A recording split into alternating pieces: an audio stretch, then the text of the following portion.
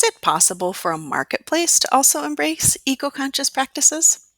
Today, Tiffany, the founder of Cause-Cart, is joining me for an introduction to this wonderful platform and sharing how they are embracing eco-conscious practices as a marketplace. So welcome, Tiffany. Can you introduce a little bit more about Cause-Cart? Absolutely. Thank you for having me. Tiffany Serbus-Gustaveson. I am the founder of Cause-Cart, and we're a social impact marketplace site. So we are a site for those that are frustrated with the waste and excess from major retailers. We look at the A to Z process it takes to get a box to your home and think of the stakeholder involved in every step of that process. So we work with biodegradable, recyclable packaging, and we offset the carbon it takes to get the box to your door by investing in reforestation projects throughout the world. So we are commerce with purpose, and we're also a gated marketplace. We're a little different than your typical marketplace where, okay, it's open, anybody can sell anything, come on in. We're gated in the fact that everybody that does sell on Cause-Cart must have purpose with their profit. What is the give back? And it can come in a lot of different shapes and forms. We work with a lot of different artisans, organizations, but there has to be something more than, hey, I'm here to make money. Great to make money. Mhm. Margin equals mission. We understand that. We love it, but we need something else. And once we meet with you and understand that, then come on in and be a part of our community. Mhm. So let's talk about the origins of Cause-Cart, because many people may not have heard of you or know Yes. how that it started.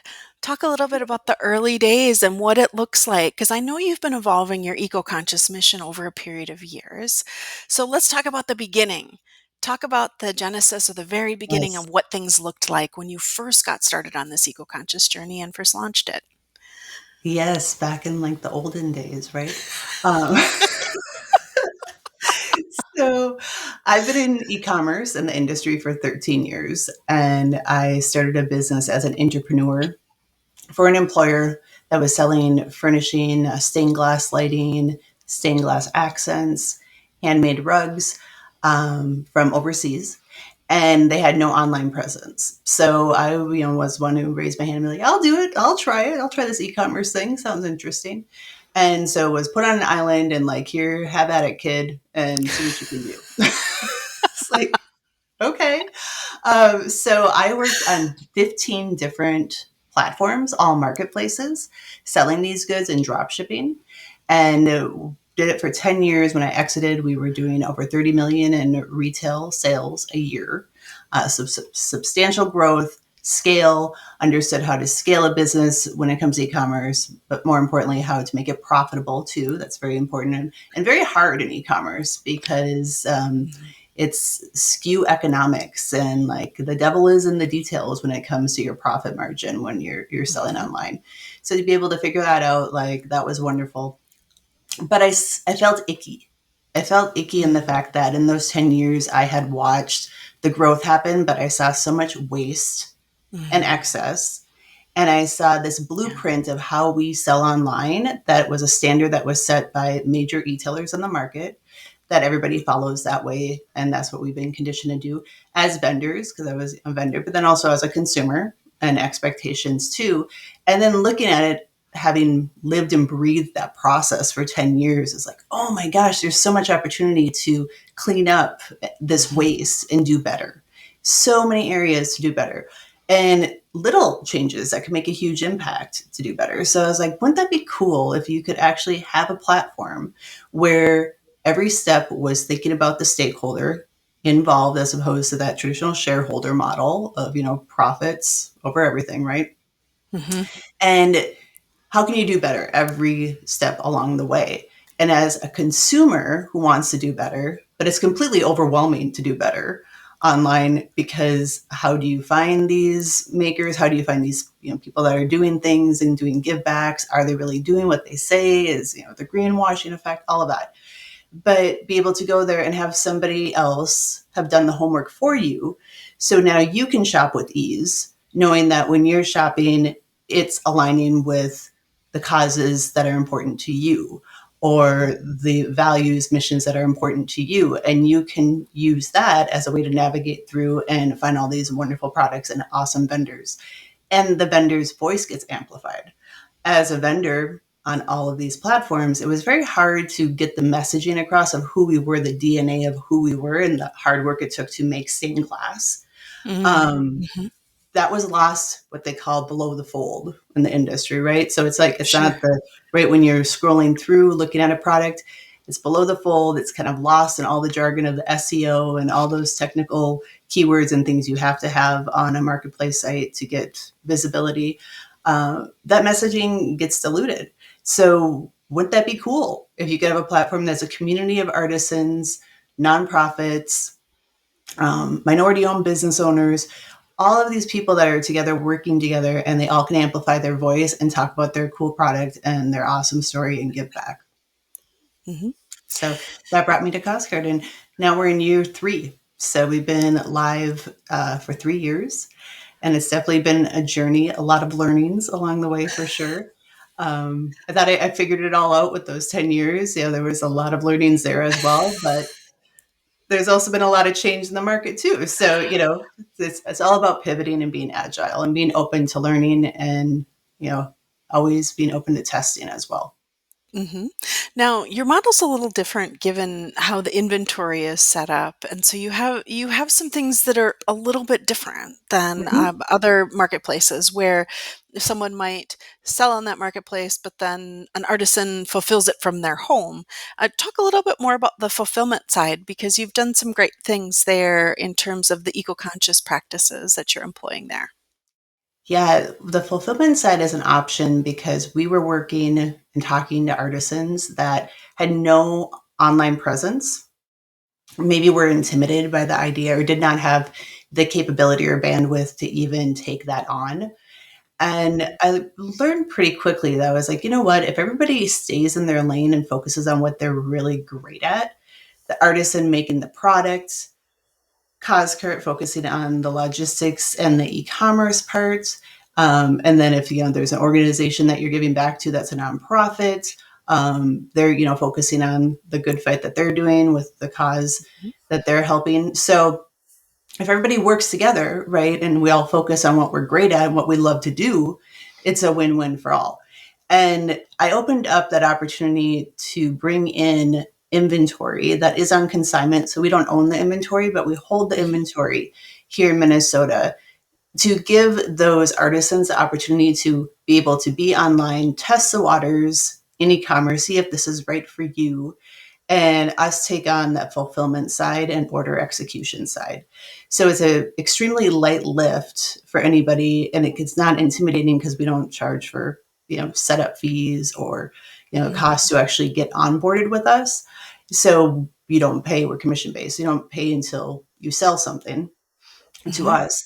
So we can then do that for them. That's part of our give back. And then also there's teachings involved. So from that experience, then that vendor can actually be like, okay, maybe I do want to start my own website, or maybe I do want to embark on like another marketplace. Like I said, I was on 15 different marketplaces at once.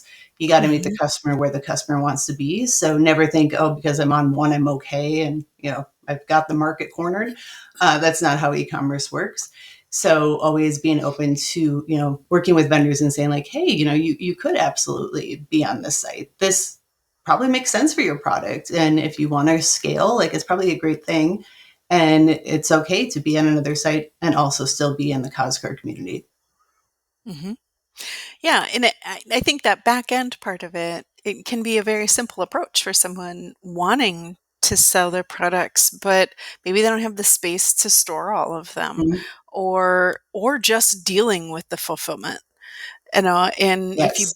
build in your profit margins and build in everything properly, then you have some capacity to try some things like this where a third party deals with shipping it out and dealing with all the logistics and the fulfillment and all of that side of it. So it's an intriguing proposition given that very few marketplaces that I see are doing this.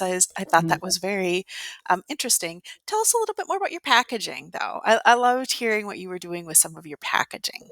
So packaging was also something in my 10 years experience of drop shipping, of just looking at, oh my gosh, obviously so much waste when it comes to packaging.